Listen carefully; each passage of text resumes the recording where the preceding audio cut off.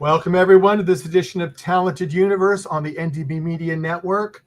It is, it's 8/8, August 8th, 2025 today. I can't believe it's August. And even worse, we were mourning the end of season one. This week, we had our final review show, and it was just like we were going, we can't believe season one's over. But we're so glad there's a season two. However, first, I want to introduce my co-host, Liz. How are you doing today? I'm doing wonderful, other than the fact that we're sweltering up here in Sacramento. Well, yeah, it's kind of like everywhere. It's doing that around here. Marcia, how are you doing down in sunny Florida? Yes, Florida, Northeast Florida. We're roasting as well. I feel like a French fry, but I'm inside now, so I'm cool.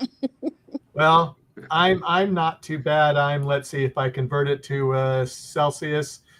We're about 23 right now, so that's not too bad. That sounds much cooler. Yes, it's much cooler, but other day it was in the upper 30s. So, that's just the way it is. But I am so excited to introduce our guest today, the general from the Librarians, the next chapter, Adnan Haskovic. How are you doing today, sir? Yay. Great. Thank you for having me. It's real pleasure.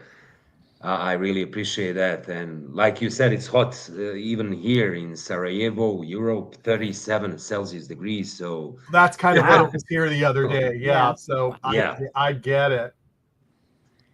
And Linda is in Vegas, and she's at 110, and I think that's close to 40 or a little bit more than 40. I'd have to double check the things, but that's up there. That's up there too. Yeah. I know. Yeah. First off, see, I'm probably going to steal one of my co-host questions, but that's what I do. How did you either hear about, was it through your agent? How did you hear about Librarians, the next chapter? And then you get your call and stuff. Actually, I was invited to do an audition for the character Gregor Bogdan. Even better. At that time, yeah. At that time, I didn't know what it's exactly about, and I didn't know what kind of project is that, because it was a kind of a secret, Not so surprised. Yeah. So I did a self-tape, and when my agent called me and she said, you are on a short list, and the project is actually, we are casting you for the Librarians next chapter. And of course, I used to watch Librarians before, and I was even, the pressure was up, when I heard that is Librarians we are talking about. So I was kind of nervous, on my second edition, because now I have informations and you knew what it was. Yeah, I'm kind of a person. Don't tell me what project is that, who is involved in it, because I will not be under pressure. I will be relaxed. I will give better performance. And basically, that's how I found out for the first time. And I just brought my.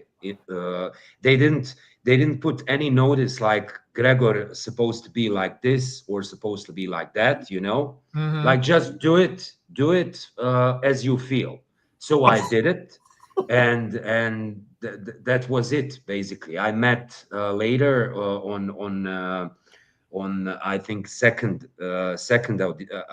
audition. I came to Belgrade also for the shooting the show Arc, and Dean Devlin was there. Dean Devlin was there preparing for the first season of Librarians, and our mutual friend Jonathan English, he presented me to the dean. So we had a quick chat, about the character and everything, and he said, like, I look at you, can you do another audition, like just to try these things? And I did it, and like next morning they called me and they said, you got the role.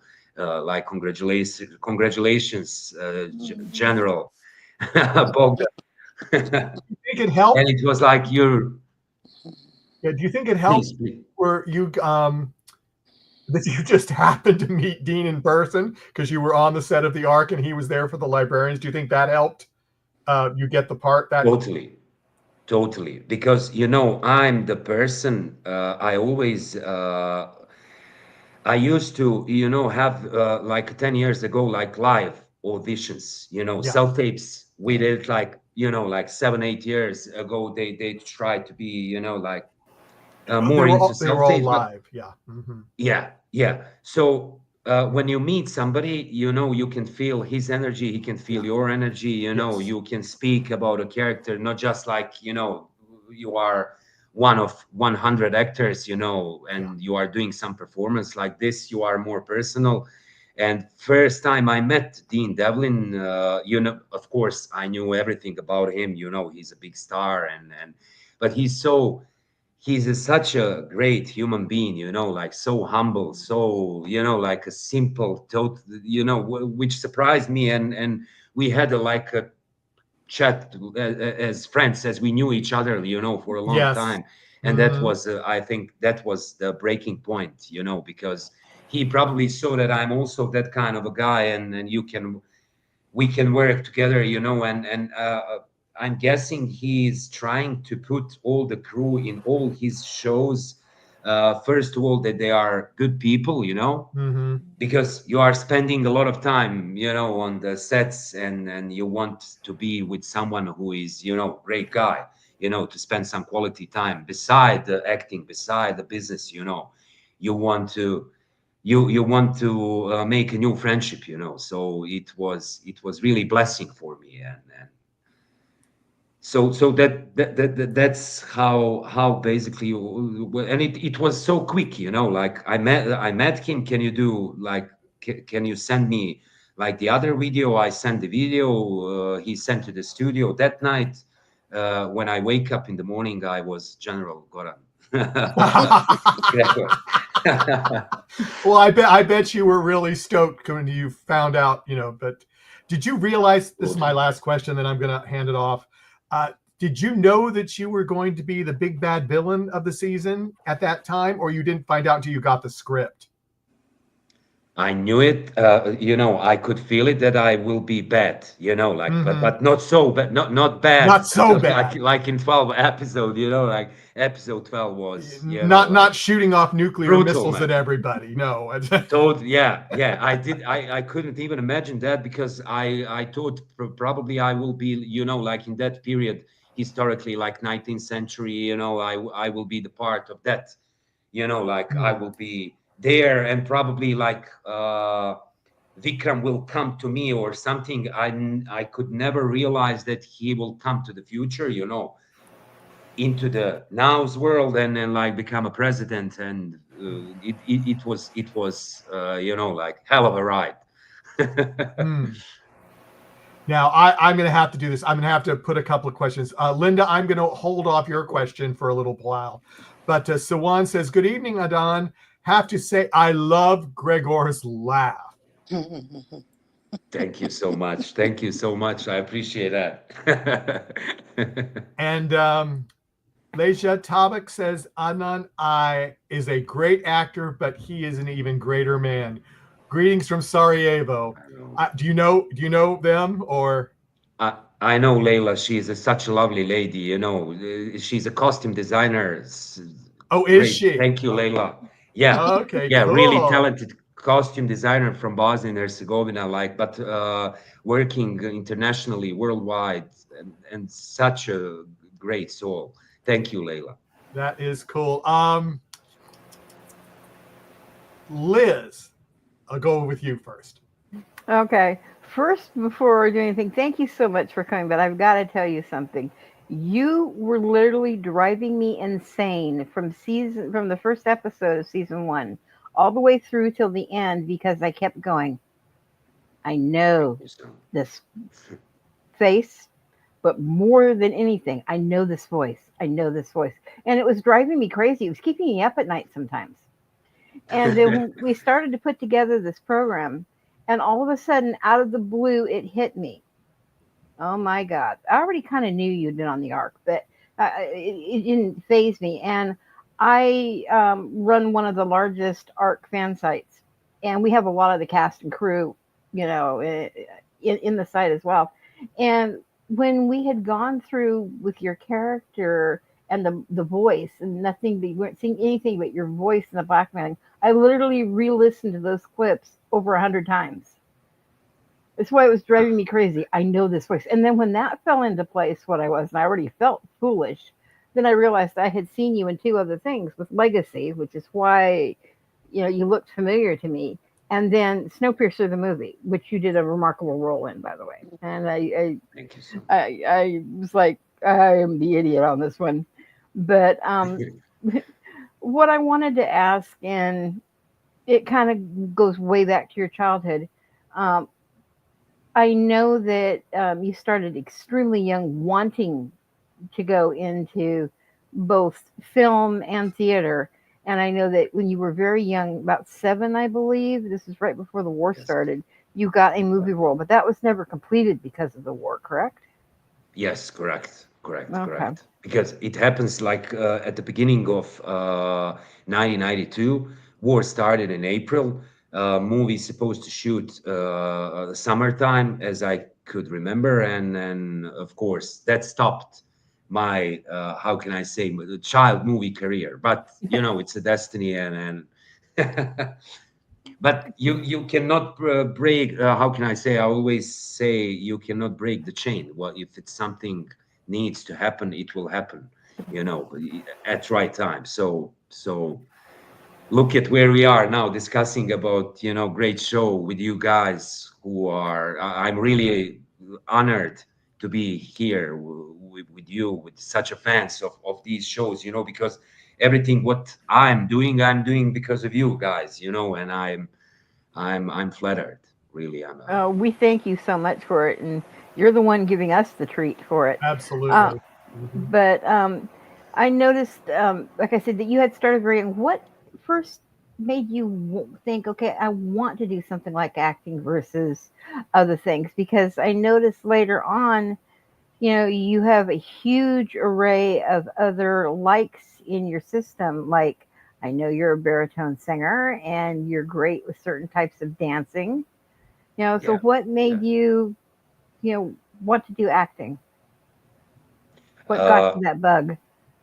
That I don't know. My mom, I think she was the first one who recognized my talent. Even with when I was 3 years old, and all how can I say, teachers from my elementary school and everybody were always saying like, Adnan, he has to go, like.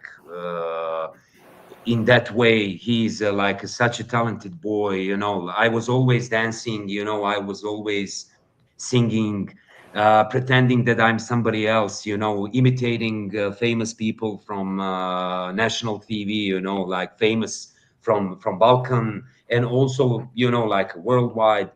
So how can I say, like, even as a young guy, even in elementary school, I knew it that I would become an actor, and that's why I decided after high school to apply to the Academy of Fine Arts here in Sarajevo, which is really, how can I say, unique and tough, based like on a mix of Russian, American, English kind of systems, like where you are going there, like it's a classical university.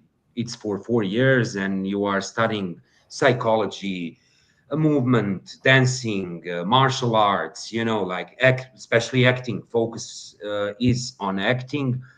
So that helped me, to develop my talent, to discover myself, because when you are young, you are aware that you have a talent, but you have to work on your talent. You have to work hard to realize who you are. Once when you realize who you are, then you can explore everything what is inside of you, and just get it out, with characters you are playing. So that was actually in a, like, I gave you the short notice, you know, like of the path I was on, and I choose to be. So, you know, acting is I cannot see myself in anything else except this, you know.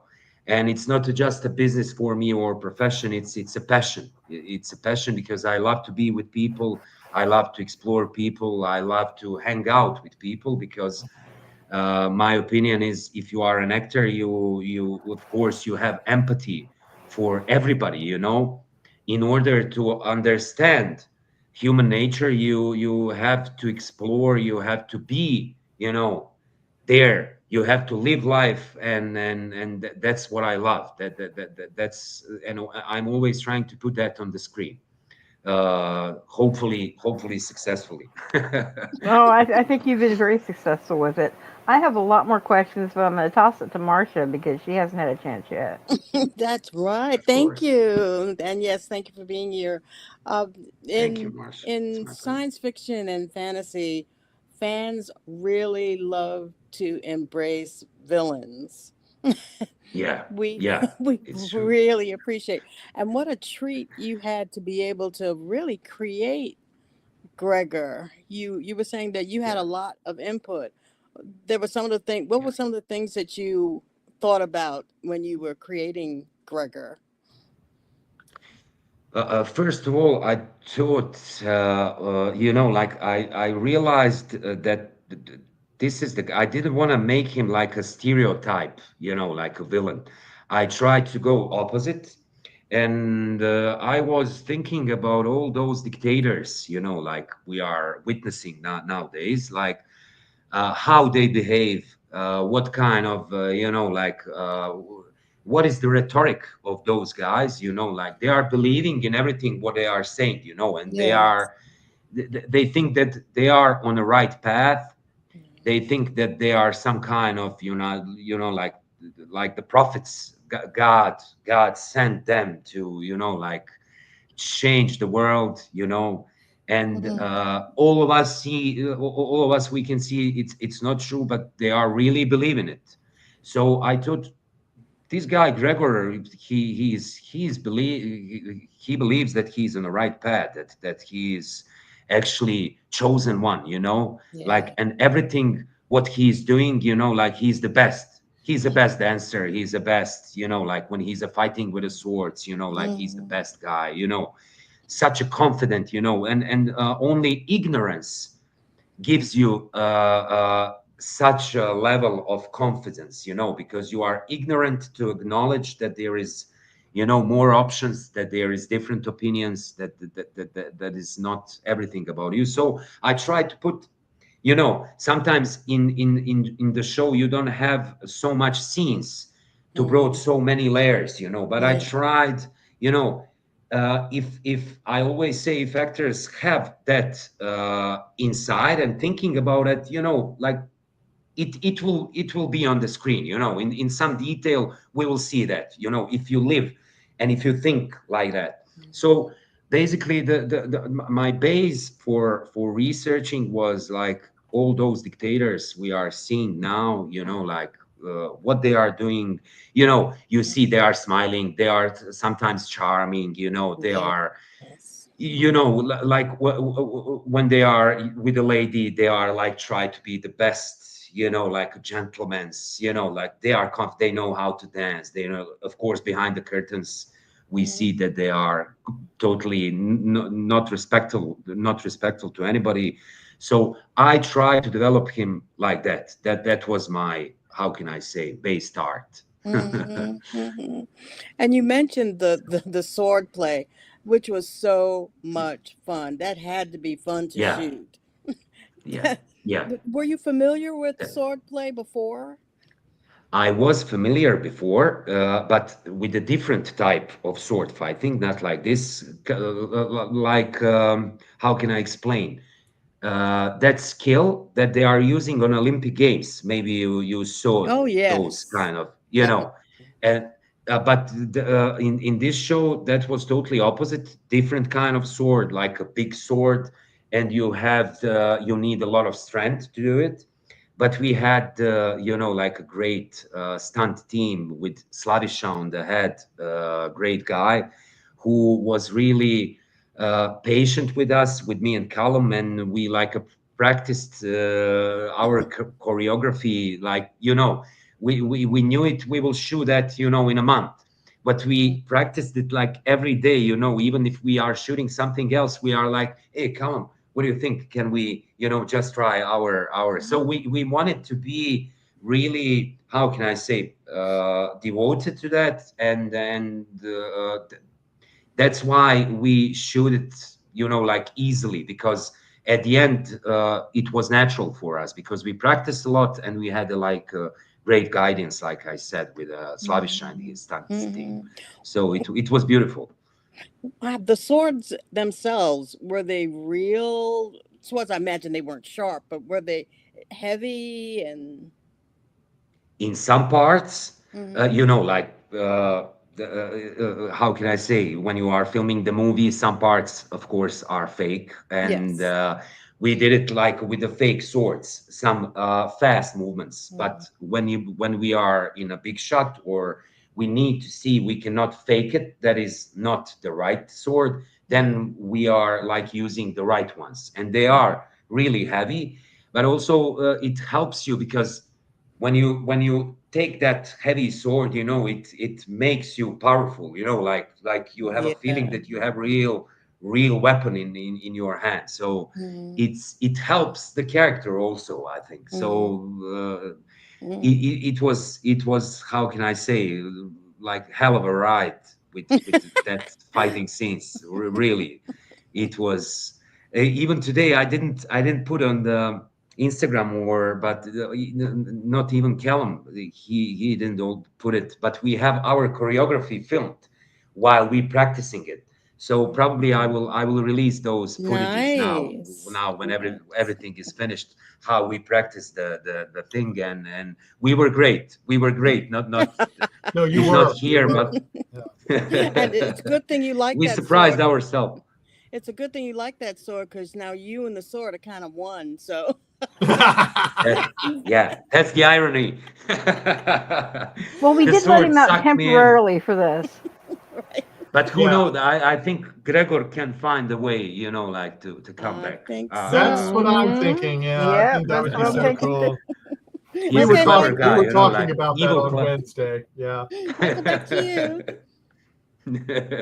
I want to go. Let's hope. Yeah, let's hope. And let me go to a couple more questions. Linda, she asked this question. She was like, "What role did you play?" And then, because I knew Liz was going to ask it, and that's why I didn't go to her immediately. But then she went, "That's it. You were the voice threatening Felix about his kidnapped daughter." And we go, "Yeah." I mean, when Liz figured it out, I went, that's where it was from. And then we get to see you later in the next episode. In 4 years, we get to see you. Yes. And I'm now the real character, we can see me, and he don't remember that, because he was kind of obsessed, as a clone. And he really don't remember that. Yeah. And that was the funny, when I spoke with Jonathan about, he said, wow, director loves you, he loves your voice. And there is a small part at the end of the show arc, and I think it would, how can I say, it's great for you, because probably you never played in any episodes just with your voice, maybe it can be, how can I say, challenging to you to try to do something different. And I said, why not? I mean, and he said, of course, he will appear in episode 12, probably in the season 3rd, because he's a teacher on the new planet where the ship is coming and everything. And I said, why not? I mean, I love those twists, even when I watch the shows, even when I watch the movies, I always loved those twists, when something unpredictable happens. Like this in episode 11, we don't expect that the guy who is threatening, he's like a teacher there in an elementary school. So it was kind of a great opposite to it. So I was also honored to be and explore that character, you know, like in such a short notice, but it was real blessing. And Siwan asks, how would you explain that Gregor seems to find it easier to adjust and blend in the modern world compared to Vikram? That's a good one. Good question. Yeah, good one. Do you have any thoughts on that? Yeah, you know, like evil is always progressive, you know, like good is defensive, always.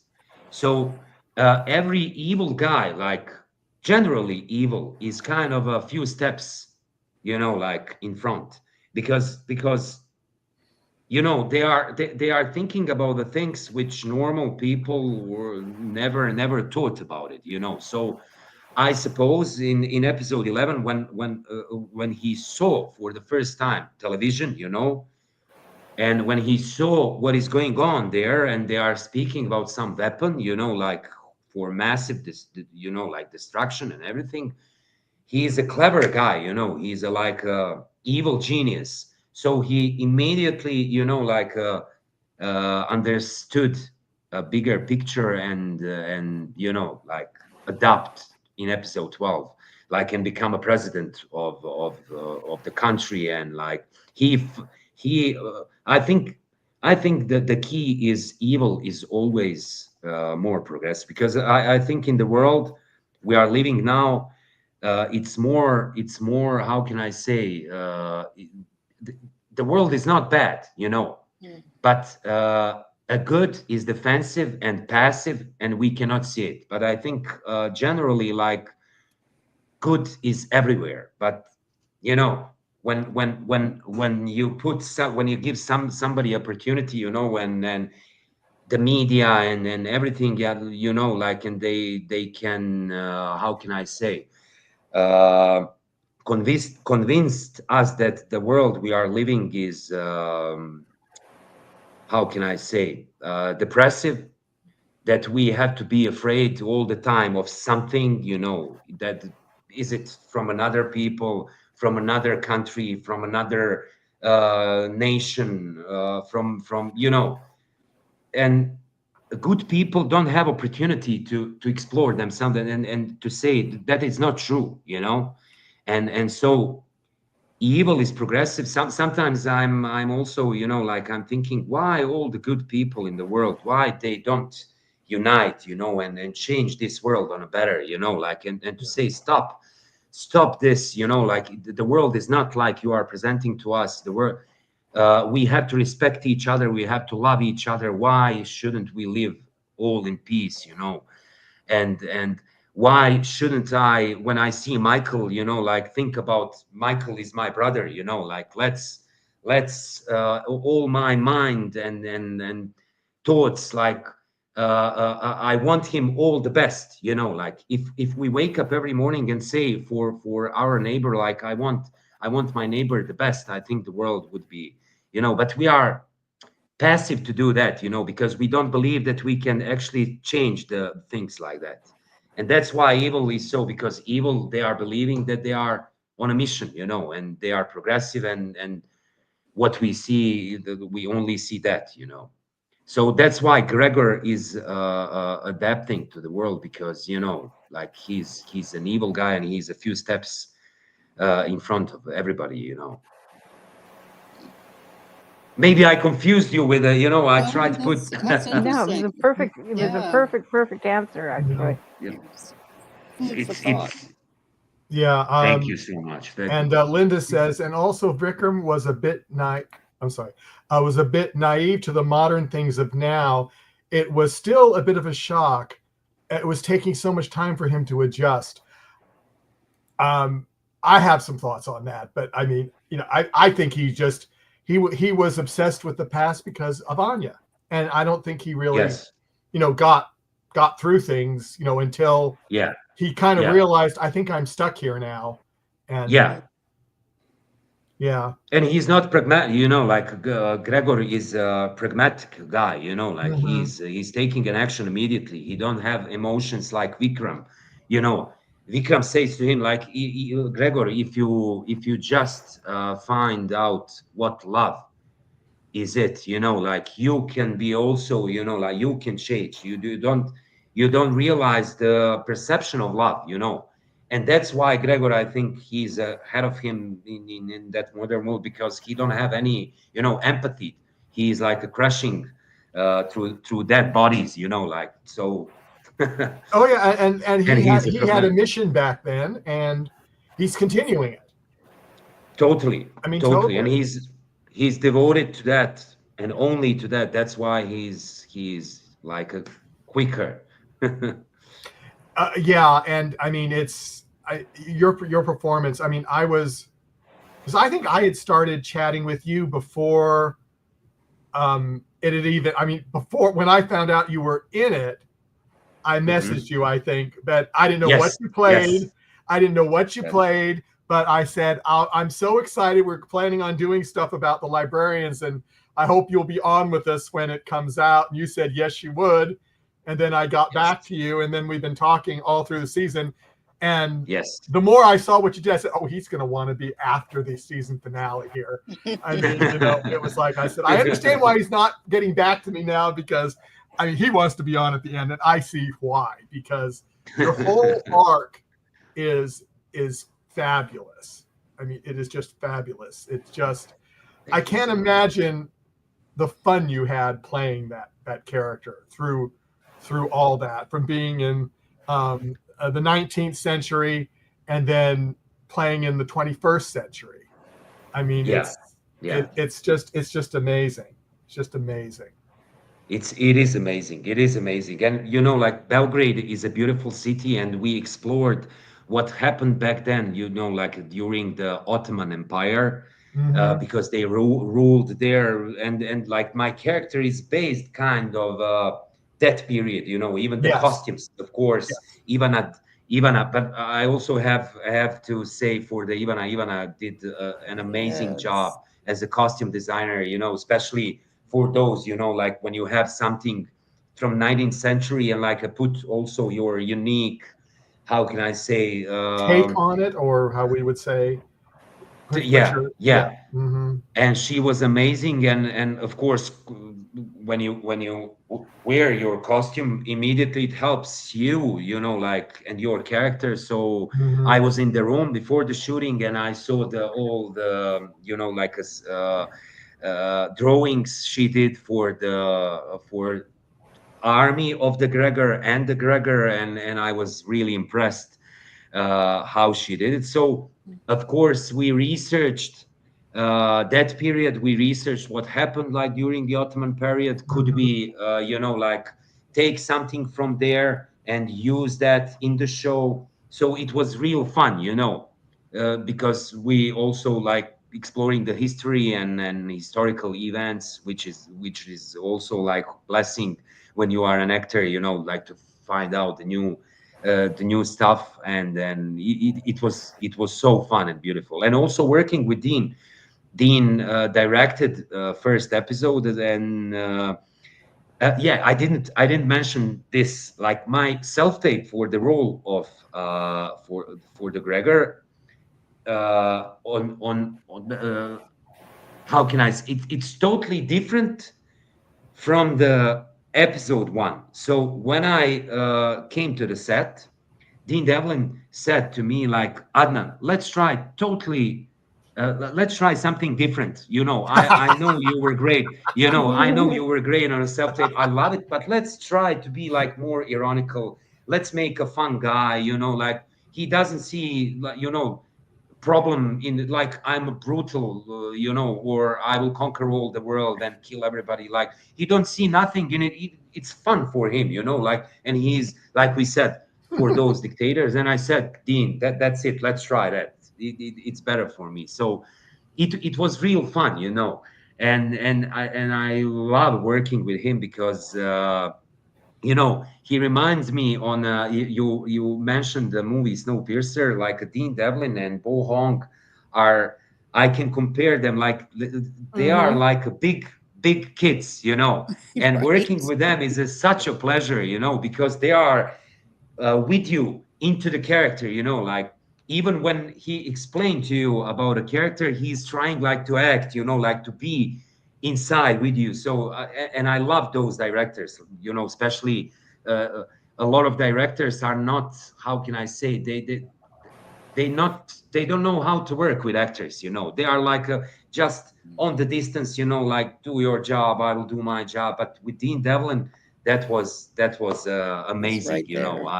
I'm really honored. So it was fun. It was great.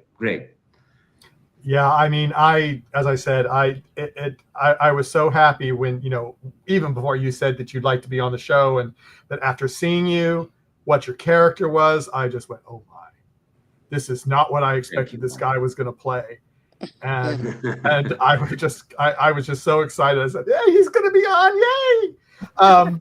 But I'm gonna go ahead to Liz, because I'm just gonna geek out right now, and I don't want to. So. Oh, that's okay. I'm geeking out along with you, so don't worry about that. Oh, good. Then I don't feel bad. Since you had mentioned directors and different things, have you ever had where you just cannot get a scene? Nobody but the director's trying to say you just cannot get through it, no matter what you do, either being tired or whatever. And what has the director done to help break you out of it?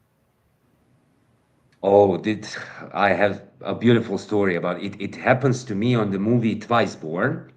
It's a European movie, but it's a really famous director from Italy, Sergio Castellitto. Maybe you heard of him, maybe not.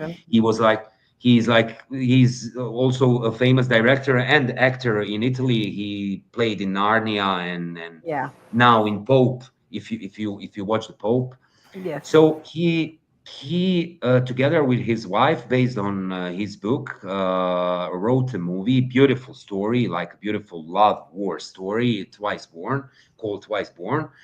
With Penelope Cruz as a main actress in it. And I was blessed to be, like together with Penelope and Emil Hirsch, third cast on the list in that movie. And there was one scene, it was the end of the day, and we were tired and everything.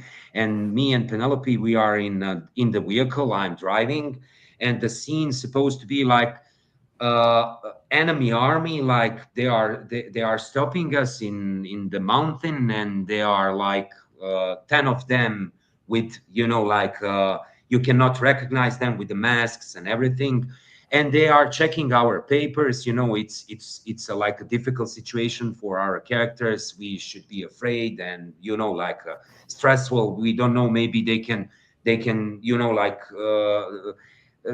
drop us there and then kill us there in the mountain. So Sergio Castellitto, he wasn't satisfied with how we did it. Later I will find out, at that when we shoot it, I didn't realize that. And he said like another one take, then another one, then another one, and we did like 7 takes. Wow. But he was like 100 meter there in 100 meter there in the director's stand, so we couldn't see him.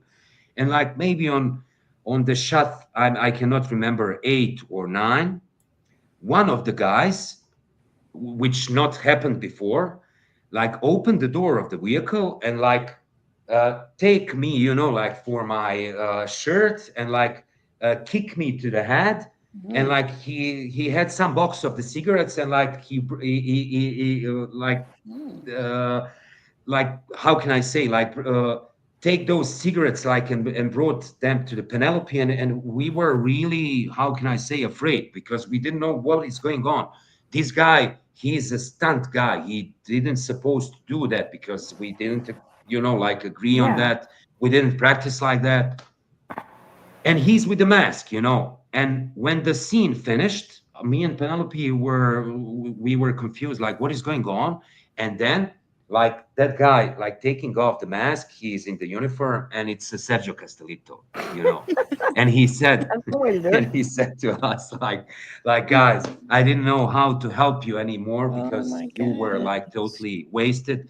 I couldn't get what I needed. This is the scene. Now you are afraid. Now you did it. You are brilliant. and like he started to hug me and her, like to kiss us, like sorry for this, and of course we appreciate it, because imagine the director, like he's, you know, like in a minute wearing everything, like, you know, like the costume and the mask, and so we couldn't do it, and the director find a way how to wake us up, how to, you know, like bring the best of us. So and I love those directors. I love those directors because they want you to be the best, because they know you can do it. But sometimes, you know, as a football player, or, you know, like a soccer player, you are on the field, but it's not your day, you know, it happens sometimes. It happens to us, but the coach or the director in this case, he always find a way how to wakes us up, and it's beautiful. So that's the story. That's really good. I like that. And speaking of directors, along that same vein, I had mentioned before with a lot of your dancing, including waltz. And I believe it was Taki that directed 12 for Librarians, correct? Milan Kotovic? Yeah. Yeah. Did he, when he was doing the directing, did he know your background regarding dance and basically kind of incorporate his directing into what he wanted with the dance? We had a professional dancer, and of course, before we practice it, he explained the scene, you know, and he explained what we supposed to do in the scene. So the choreographers, they tried to make the dance and to adapt the dance to the scene, you know, to what is going on there. Right. So all the pause, sometimes in a waltz you don't have so many pause, or, you know, like, so they tried it to improvise, like to make waltz look great, but at the same time dance should follow the dramaturgy of the, you know, scene. So we did it like that. And first of all, of course, we worked on the basics. Like I said, on Academy of Performing Arts, when I was studying, of course, we dance, waltz and everything. But during the time, if you're not using it, you know, you need some practice. You know, waltz is a simple kind of a dance, you know, like a 3 steps, but doesn't matter. It's the attitude, it's the, you know, like the way of your, how can I say, stand with your body, with your face, with expressions and everything. So it takes some time, you know, like to get into it again. Yeah. So the director explained everything to choreographer, and we worked based on his guidelines. So that was really beautiful, because that dance, it's kind of I think they imagine it for the movies, you know, because it's so simple, but looks like a tango and waltz. They on the screen, they look amazing, you know, always in every movie, in every show.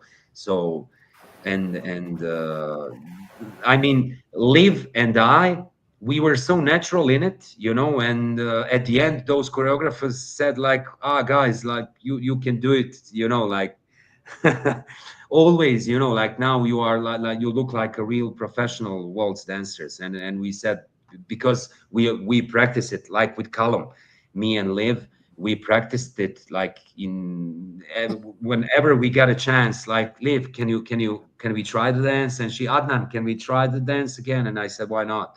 Let's do it. Let's be natural in it. So that's basically it. No, you explained it perfectly. I'm going to go ahead and throw it to Michael or Marcia, whoever wants to take it, because I have a couple more questions, but they might be lengthy. So, well, go for Marcia then. Yes, thank you. When I think of the show, The Librarians, and where it's filmed, you mentioned the culture that is on display, and I've already learned so much that I had no idea about the area. And also, when I learned that you are from Sarajevo, Yes.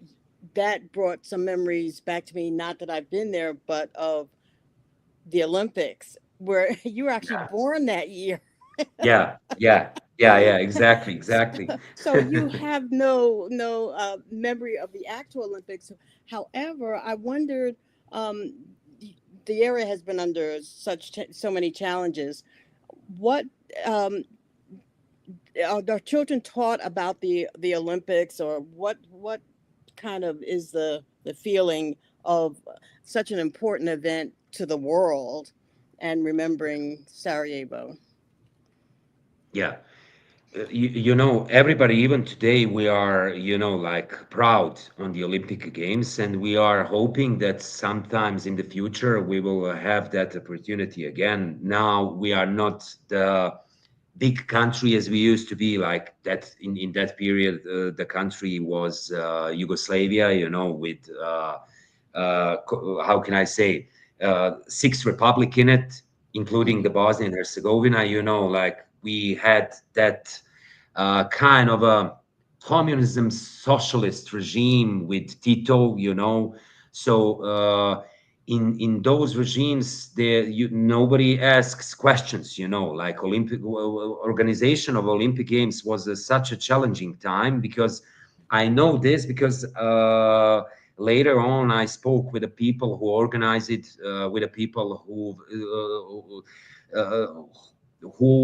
were there in the, how can I say, not just in the organization but also participant and in some sports, and that was I cannot even imagine how Sarajevo looked in that period, like all the world inside of such a small city, and all the eyes of the world are watching Sarajevo, and that Yes.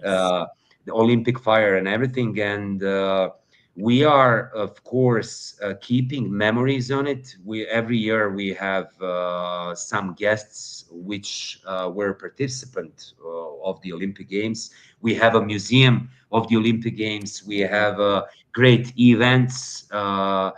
And for me, I didn't know that, but maybe when I was like a 15 or 16, somebody told me like Kirk Douglas was here in Sarajevo during the Olympic Games, and I said, come on, Kirk Douglas was there. And of course I explored, and he was here. And there is like many documentaries that he was like in the famous, like restaurants here, because the Balkan is a specific, hopefully you will come in Sarajevo and visit it. I would be more than glad to be your host here and to show you around and everything. So it's kind of unique, and everybody are surprised when they see Sarajevo, because you have a mountains, like you are like 30 minutes in the car, you are in the mountain Bjelašnica, you are in the mountain Jahorina. 2 hours and a half driving, you are at the seaside. Hour from my town, you have beautiful lakes, rivers. So it's really unique. So people are always stunned with the culture, with the history of Sarajevo and Bosnia and Herzegovina. Now we have Sarajevo Film Festival, which happens. It's on every August. So this year we will have many Hollywood stars. They will. How can I? They will be here, and I think basically all the Hollywood stars have been here during these 30 years. Festival started in '94 during the war, and like in that period, 30 years, everybody were here and everybody were impressed about Sarajevo. So hopefully you will come and see not just the movie festival, but also that Olympic Museum and those mountains, where everything happened. So Yeah, I actually videotaped the Sarajevo Olympics, so I have videotapes that I took come on. of the events. So, and I still have them, and they're on beta, and I still have beta machine, and I watched them many times, and it was So beautiful. you know better than me. It was beautiful. I know you weren't even here yet, but yes. Of course. But so I really have good memories of Sarajevo from a distance, and I was going to talk about the Sarajevo Film Festival. I think Willem Dafoe is getting an award there, and it kind of helps me to understand that such an active community of filming. What is the film community like now in Sarajevo?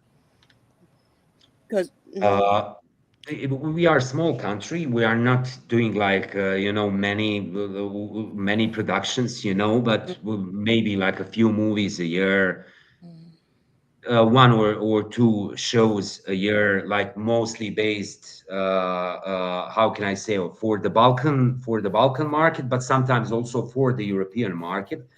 And in order to make big shows, you need to be big country. You need an audience, like at least 20 millions, and that's the business. Nowadays industry, they are not just making movies, like for fun, for like to explore, to say something important, but also they want to earn some money.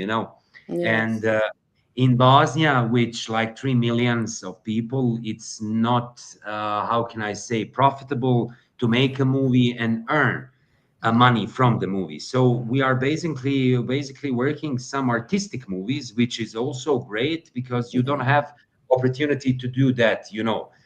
If we compare that to United States, that can be like let's say like United States work independence movies, kind of, but they are also much higher budgets compared to the Bosnian movies. Like let's say for us, when we have like a $3 million for us, it's a big production here. Like it's like, but in United States, if you have 3 millions, it's kind of like a really low budget movie. So we are trying to offer unique ideas, to explore something what we don't see in the cinematography generally, and to bring some original ideas from our culture, from like some how can I say, I worked on a movie like 2 months ago, which is speaking about what is going on with the human soul when we are dying. So the authors here, they are trying to explore that kind of that author based his ideas on Sufism and those Rumi ideology and those transcendental kind of things. What is going on with the soul when we are not part of this planet, So we have opportunity to explore those subjects with these artistic movies, and that's basically that's the, how can I say, reality in the Bosnia and Herzegovina. I would love, of course, in the future that we can also join with our shows, on Amazon or in, like Netflix or HBO, like to offer something, because, but we are a small country and we need, I think more lobby, more connections. And because I was a part, I'm telling this, I was a part of one TV show in Denmark, in the Copenhagen. It's a below the surface called show. It's kind of like a thriller action series. And they are also a small country, but there I saw that they are like, they made a mini Hollywood, like they have studios, they have like original ideas, and they are trying like to make movies and shows for selling, like this show they are making for the United States. This show they are making for Japan, and they are trying to make a small industry, so they are making, as a small country, like let's say 30 shows a year and like 50 to 100 movies a year, which is I think achievable in Bosnia if we put things together, But we are working on it, and hopefully in the future we will have better, how can I say, like more worldwide cinematography and more recognizable cinematography worldwide. Thank you. Thank you. Liz, let's go with your questions because we're going to be closing up pretty soon. So I want you to get your fun questions in. Oh, okay. Well, since we are getting close to closing up, the one question I'm going to ask is, when you need time to decompress and just get away from anything, what do you enjoy doing? Is it reading, walking, just enjoying nature? What do you enjoy? Running in the nature, like jogging and like walking, like you said, fast walking. It's the best therapy I could ever have, because I used to have those from my childhood. I'm always active, like maybe I can say even hyperactive, and I love to walk, and when I walk, it's like a therapy, walking, running, it's like a therapy. I'm thinking about the things, and my mind is becoming clear. So that's my way of getting off. And the other question is, and I almost am scared to ask this question because of COVID. I know that you had invested in a restaurant that Yeah. was primarily, Balkan and Syrian food. Is Yeah. it still in existence? No, No. unfortunately Oh, not. COVID, that's what I was afraid COVID. you were going to say. And I was like, oh, I didn't want to hear that. But I was hoping it was, because I would have loved to have visited it. I mean, there is a lot of restaurants here, which my friends are the owners of. So when you come in, don't bother about it. You will have a great time, great food. Unfortunately, we couldn't manage because we were in the city center. Our restaurant was in the city center, and when the COVID started, they want us to pay a rent as we are actually working, but we are not working. Yeah. And we said, like, guys, that's not going to work, because we are stuck in our apartments. Nobody is going to restaurants. So please, can we do something, like, can we pause the time, and when everything, when the COVID is done, let's do it like we did. No, you have to pay the rent. And that's why we decided like to cut the expenses and like to end that journey. But I'm not, I don't regret it. I don't regret it. The end of that journey, it opens you another new journey, maybe even better. So Yeah. but the food in Bosnia and Herzegovina, guys, I don't know, do you love like eating, like, because I am, I'm enjoying the food. Sometimes I have, like problems with my weight, because I love sweets, I love everything. It's food in Bosnia and Herzegovina is temptation for the guys who loves food. So please come. It will be more than pleasure to host you here. And Well, I was especially interested since I found out a lot of my ancestry is from that particular area. So I really wanted to go more deeper into my own roots and experience my own background culture. So that was why I was really interested in it. So no, I really appreciate you answering that. And I know that Michael probably wants to think about cutting this short. So if I don't get a chance to talk to you again, thank you for being on here. We really appreciate it. You were an incredible guest. We really appreciated it. Thank you, Liz. Thank you. The pleasure is mine, and thank you. Marcia, closing remarks. Well, I was just going to ask, have you ever been to the United States? Yeah. Of course, I've been into the United States, LA, of course, Chicago, because of your Palm Springs. Film work. Have you been to New York City? New York City just shortly for 2 days, but definitely I will come again because I didn't have enough time to explore New York City. And okay, that's where I'm originally from. So you're talking about food. You have to come and sample some good old New York pizza and stuff like that. So I will definitely. I will.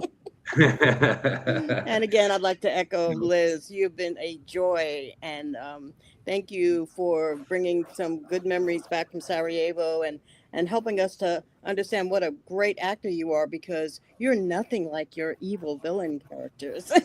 No. Thanks God. Thanks to God. Thank you, Marcia. Thank you. The pleasure was mine, and I really appreciate that. Well, before you go off, I had read something about this. I'm not sure that she's got the right channel, but Dean Devlin has secured a deal that they're going to be showing the new Librarians fairly soon on NBC Universal, one of its pay channels. She thinks it might be sci-fi. So are you excited for you to see it? Finally? Of course. I saw the show because the guys from the show sent it to me. But I'm really, how can I say, excited for the audience to see it, not just in Bosnia and Herzegovina, but also in Europe. Yeah. And I heard the news yesterday that it will be on September aired on Sci-Fi Channel. It is on Sci-Fi. So yeah, they didn't say that in the article I had read, but I guess she read another one, which is great, Linda. Thank you very much. Thank you, Michael. And we are happy. We are happy that there's a season 2 of Librarians. Yeah. We'll see if something happens and you get out of the sword or something, But we don't know. We don't know. And I hope we might see you on the Ark again. But I'm not going to say anything because I know you can't talk about that, and that's fine. But we're hoping, or we see you in something else. That's right. So that's coming out. So it's you will see me Ride or Die TV show. It's an Amazon TV show with Octavia Spencer. So it will be, I think, January or February. I just finished it in Prague. So that's the new show. But let's see what else happens along the way. Yeah. Because we never know. We never know what's going on. Of course, that's the beauty of this profession, because nothing happens this day and tomorrow you are somewhere else. You're somewhere totally different. Yeah. and then you're gone for several months. So it's like so it's kind of crazy. But it is totally. On behalf of NDB Media and Townsend Universe, thank you so much, Adnan. Sorry. Thank you. Thank you for having me. It was such a pleasure, guys, and I'm really honored. You are such a great guys, and I cannot wait to meet you in person in the future. Yeah. Hopefully, if Electric Entertainment does another convention, that they invite you to come to the convention in the. Yep. So who knows? That would be great. Who knows what what might happen? But as I said. Thank you, everyone, for coming.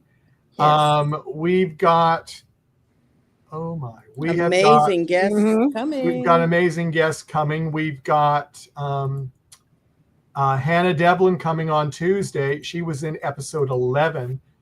I don't know if you got to meet her when you were there or not. Of course, we had a scene together. That's right, you did. That's right, you did. Yeah. She's such a lovely, like she's lovely. She's talented.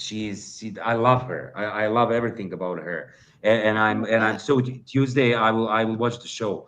Maybe I'll ask some questions. Yeah, and I'm trying to think what time it is coming on for you. It will be on at 9 p.m. your time. 9 p.m. on Tuesday. Great. And then which is another on Sunday, we have Sam Bell, who is Madame Visconti from the episode and the House of Cards. So she will be with us then. And that's 8 o'clock your time. 2 o'clock Eastern time, 11 a.m. Pacific time on Sunday. So those are the next two Librarians guests that we've got. And sadly, we've talked to almost all the directors, and they're all busy. And so I know they say, "Oh, well, we'll come as soon as we have some free time." And I said, "Thank you. We'll enjoy having you." But they will. But everyone, thank you for coming, and we'll see you again soon. Bye-bye. Thank you. Bye. Thank you. Bye. Big hug. Bye.